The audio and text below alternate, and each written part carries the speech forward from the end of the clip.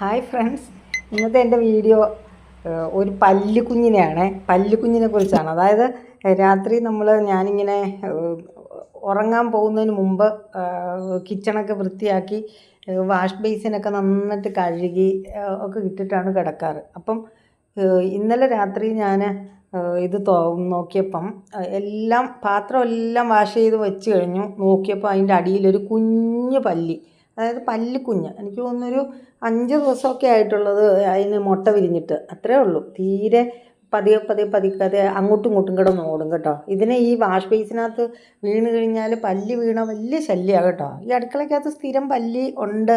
ഞാൻ അതിനെ കൊല്ലാനായിട്ടൊന്നും ശ്രമിക്കാറില്ല. ഇവിടെ എല്ലാവർക്കും അതിനെ പേടിയാണ്, അറപ്പാണെന്നൊക്കെ പറയുമെങ്കിലും ഞാൻ അതിനെ ഒന്നും ഉപദ്രവിക്കാറില്ല കേട്ടോ. ഞാൻ ഒരെണ്ണം അതിനകത്ത് വീണ അതിനെ ഏതെങ്കിലും ഒരു സ്പൂൺ എടുത്ത് അതിനകത്ത് കയറ്റി പതുക്കെ കളയുക പതിവ്. ഇന്ന് ഞാൻ അതുപോലെ ആ പല്ലിക്കുഞ്ഞിനെ കളയാൻ നോക്കിയിട്ട് അതെന്ത് ചെയ്യുമെന്നറിയാം. പല്ലിയുടെ സ്ഥിരം സ്വഭാവം അതിൻ്റെ വാല് മുറിച്ചിട്ടിട്ട് ഓടി. ഒരു കുഞ്ഞാണ്, 5 ദിവസം ആയുള്ളെങ്കിലും അതിൻ്റെ ആ വർഗ്ഗ സ്വഭാവം കാണിച്ചത് കണ്ടോ. അത് പല്ലി വാലും മുറിച്ചിട്ടിട്ട് ഓടി കേട്ടോ.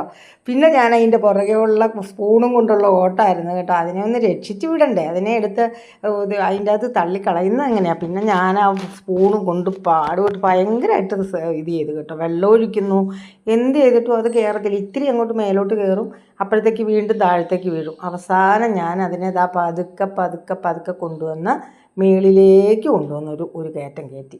അത് കഴിഞ്ഞപ്പോഴത്തേക്ക് വാല് മുറിഞ്ഞ ആശാൻ അങ്ങനെ പയ്യെ ജീവനും കൊണ്ട് ഒറ്റ ഓട്ടമായിരുന്നു കേട്ടോ. അത് നിങ്ങളെ ഞാൻ ഈ വാല് മുറിച്ച് ഇതിനെ പോകുന്നത് കാണിച്ചില്ലെങ്കിൽ നിങ്ങൾ വിചാരിക്കും ഞാനതിനെ അത് അങ്ങ് ഇതായിപ്പോയി, ചത്തുപോയി, അതിനെ കളഞ്ഞു, മഹാഭാവം എന്നൊക്കെ പലരും വിചാരിക്കും. അതുകൊണ്ട് ഞാനതിനെ രക്ഷിച്ച് വിടുന്നത് അങ്ങേയറ്റം അത് പോകുന്നത് വരെ കേട്ടോ. ഞാനത് പോകുന്നത് വരെ അതിൻ്റെ പുറകെ നടന്ന് വീഡിയോ എടുത്ത് രാത്രിയിൽ അതേ കൂടെ പതുക്കെ പോയി.